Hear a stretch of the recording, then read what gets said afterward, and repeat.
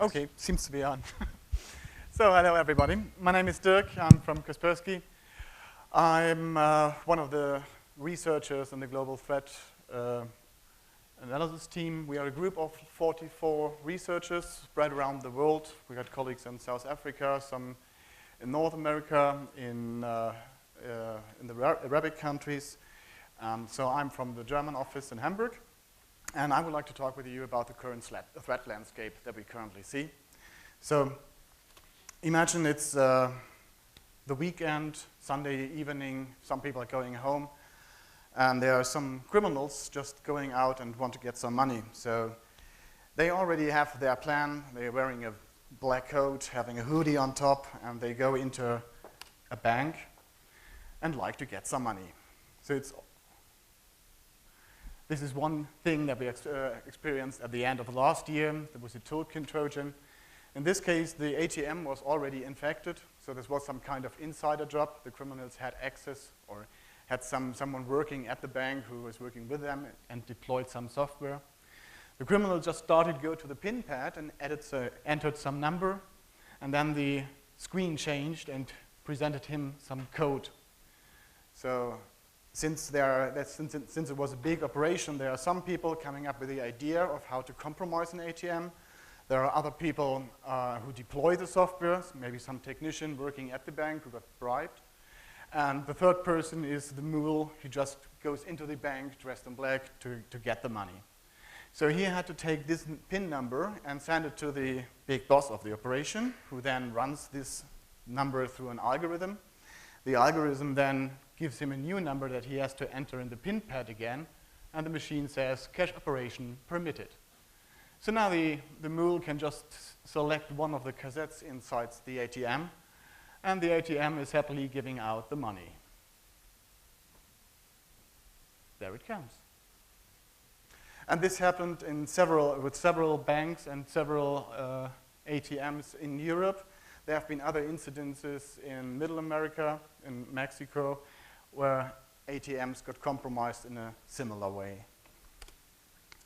So if you look at the current threat landscape, we got at the bottom the attacks on the home users. So we got ransomware, Trojans that encrypt files on your hard drive and ask you to pay some money in order to give you access back. That might be numbers, it might have to pay between $50, $100, or $200.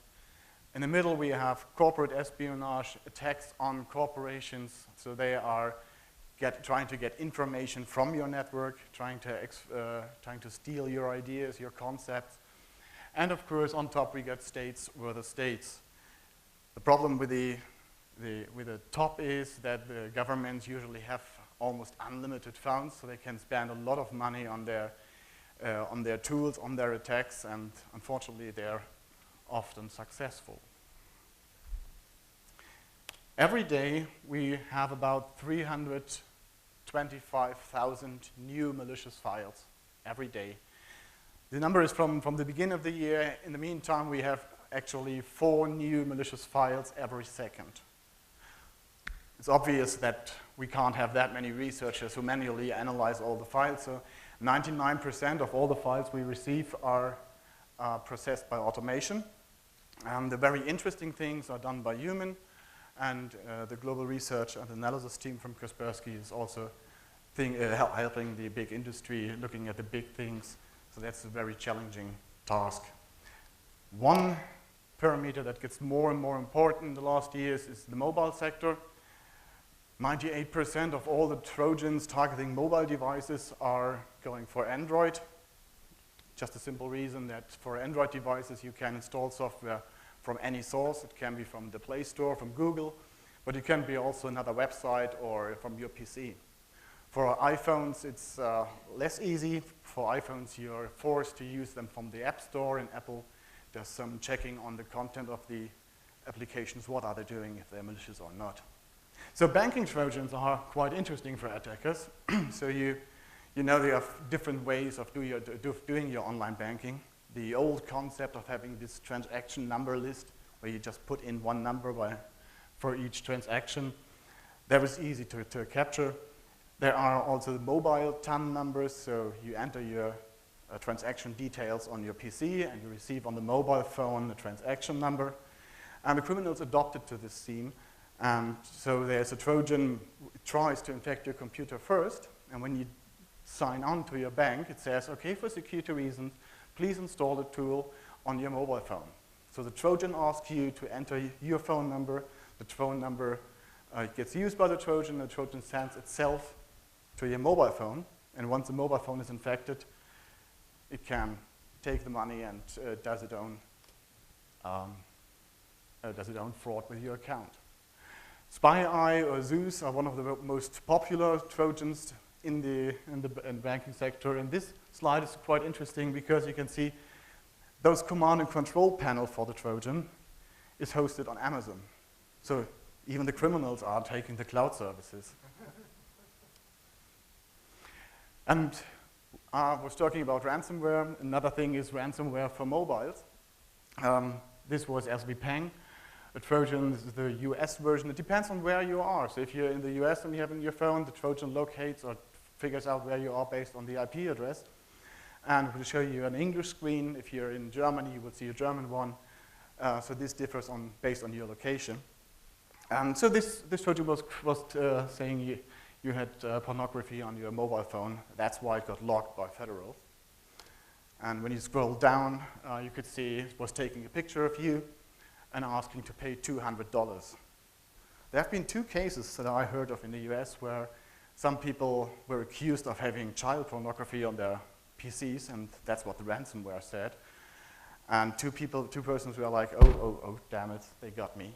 So they took the laptop and went to the police and said, oh, I'm sorry, yes, what can I do? Where do I have to pay? And the police were, no, that wasn't us, but thanks for reporting. We keep the laptop, stay with us. So let's look at the corporate part. Dark Hotel, this was an APT. APT is an advanced persistent threat.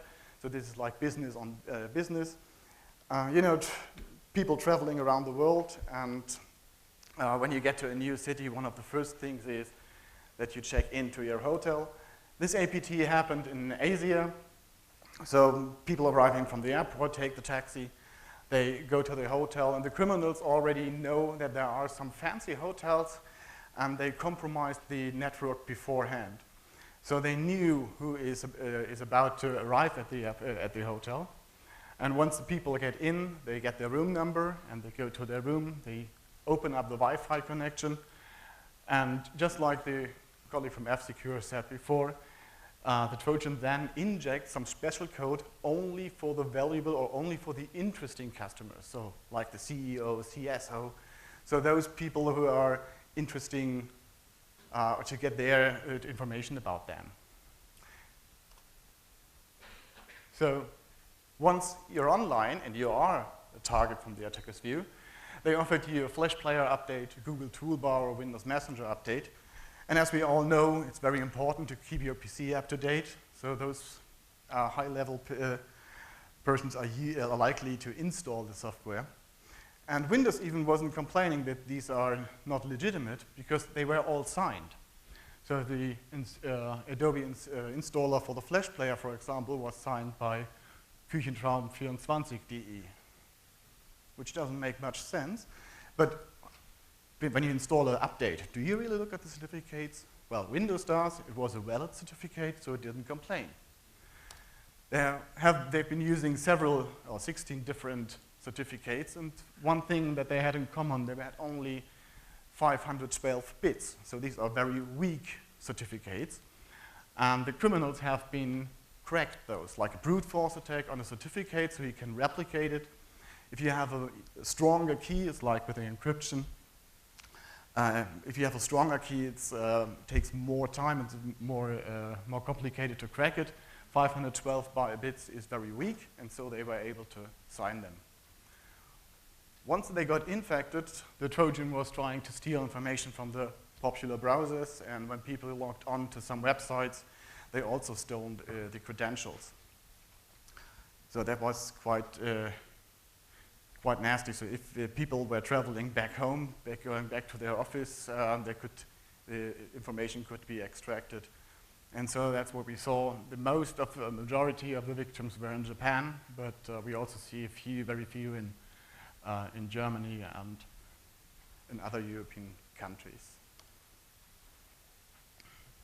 Just a second. So I already mentioned the attack with the ATMs. Earlier this year, we had a similar case where criminals were also going for banks, and this operation was going on for several years. So they sent spear phishing emails to the employees, as you can see on the very top. The bank employee was likely to double click, and so his machine got infected. And once the machine was infected, you know, years ago when you double click on a worm, it was trying to send out emails to everyone, the whole address book, and yeah, people notice quite fast that something is going wrong.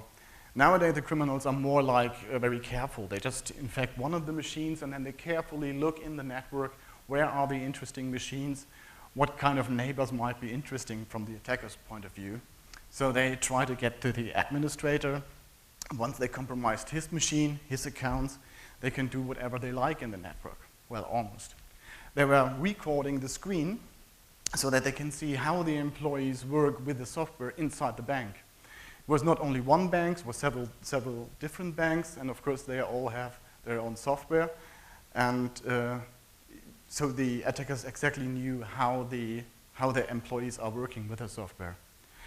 In order to get some money out of this company, they did some online transactions, so they were taking money from accounts and sending it out to other countries, to other accounts that they own.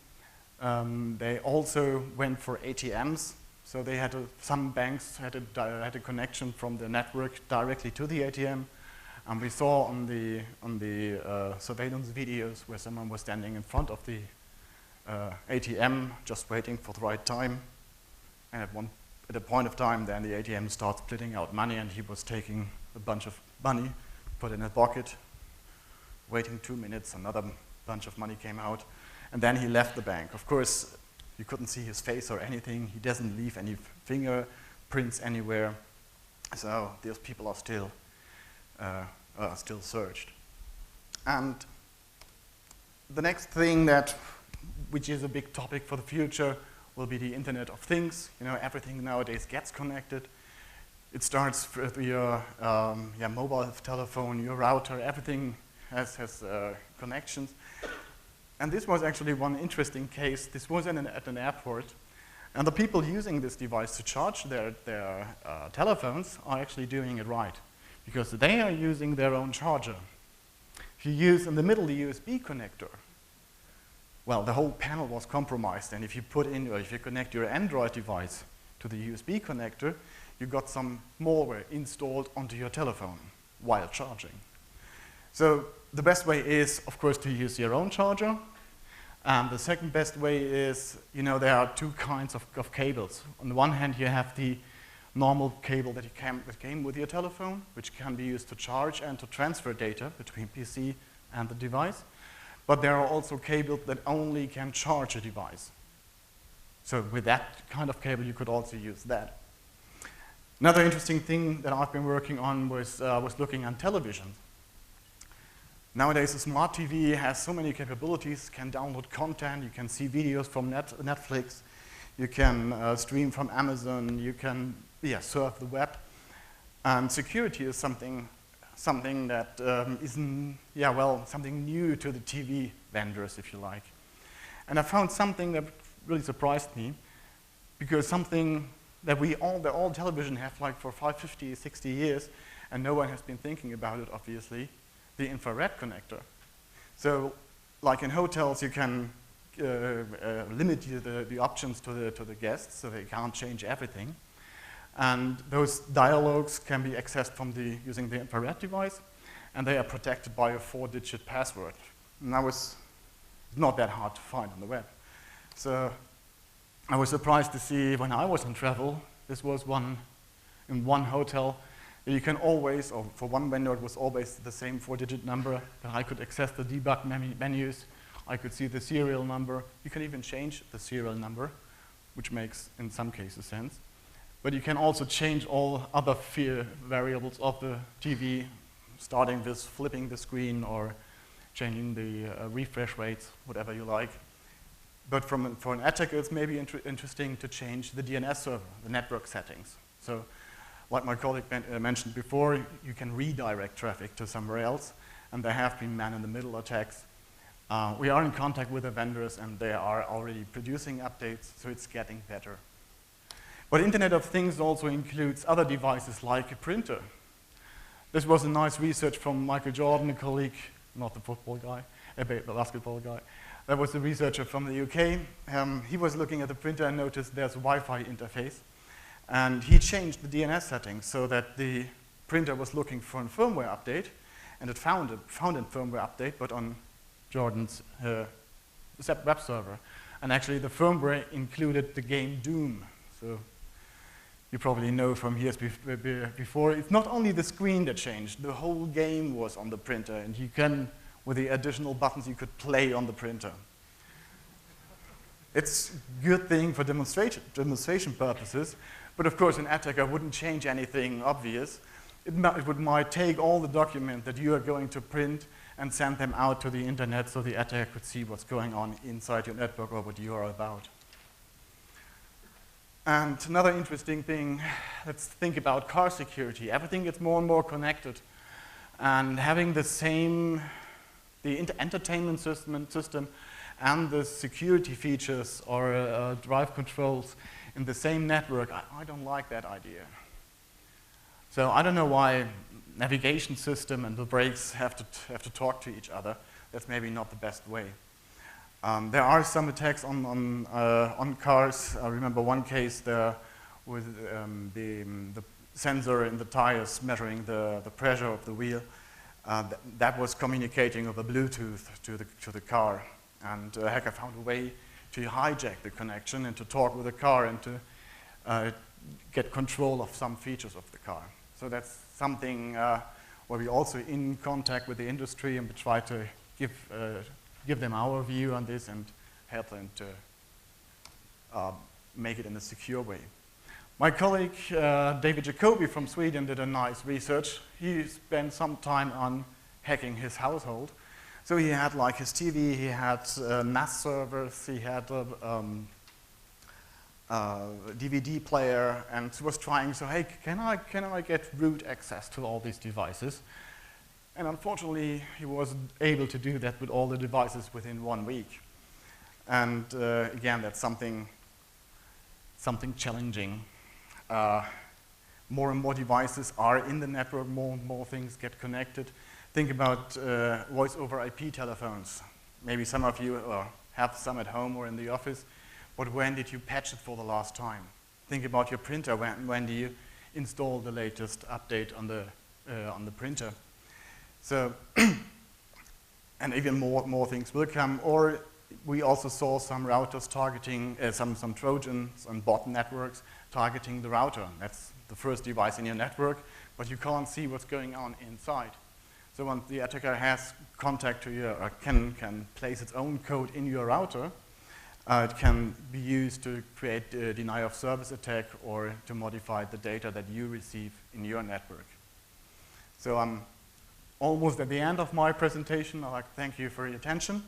Well, the last thing that I would like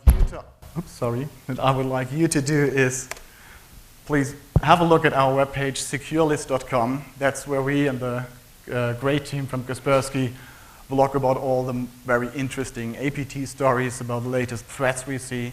So like I mentioned, the Carbanak report you see on the page. You can see the last numbers from the whole year.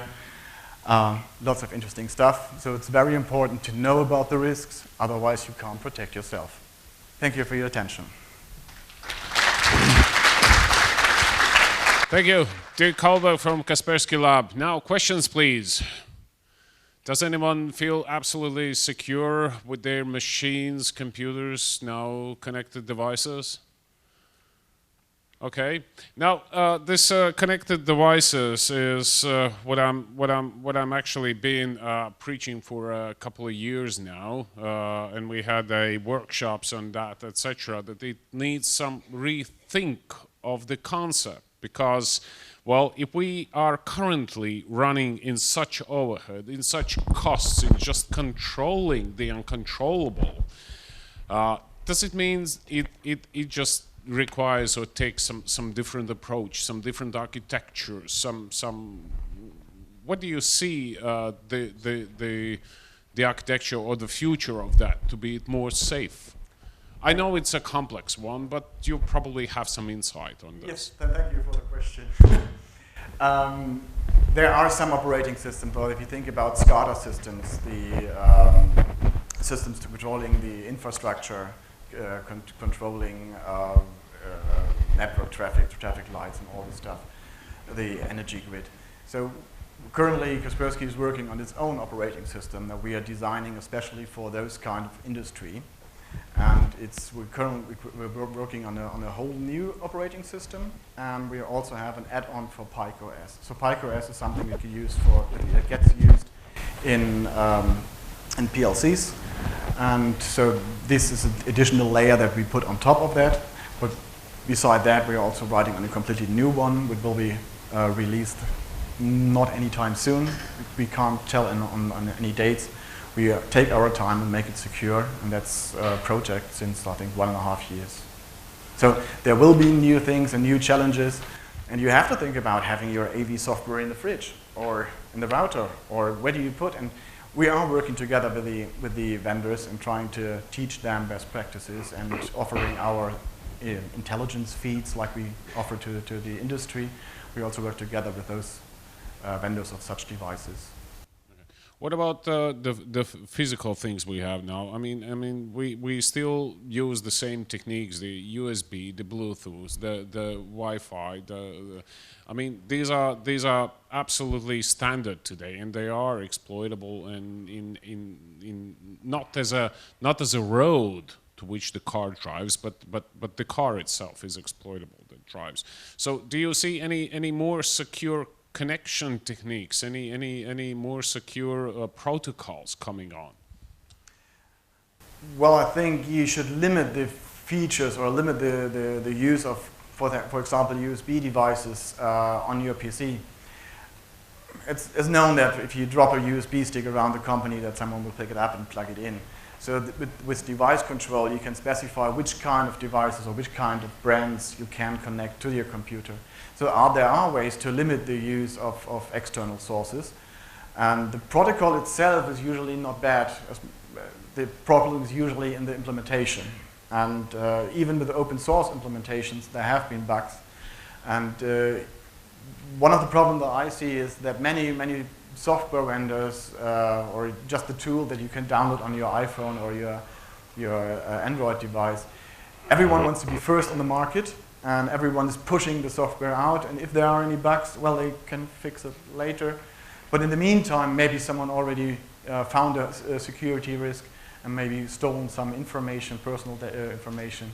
So security is still for the industry a problem, and for those companies bringing their new products on the market, security is never a profit center. So that's why they don't like to spend a lot of money on it. But if you look at some big networks who got compromised, and now they know how much the PR disaster is worth, or now they can put some numbers on that and think, okay, now we lost 20 millions, maybe why haven't we put like 5 millions on security? Having external source audits, something like that, is very useful. Okay, right. Thank you very much. A warm applause to that.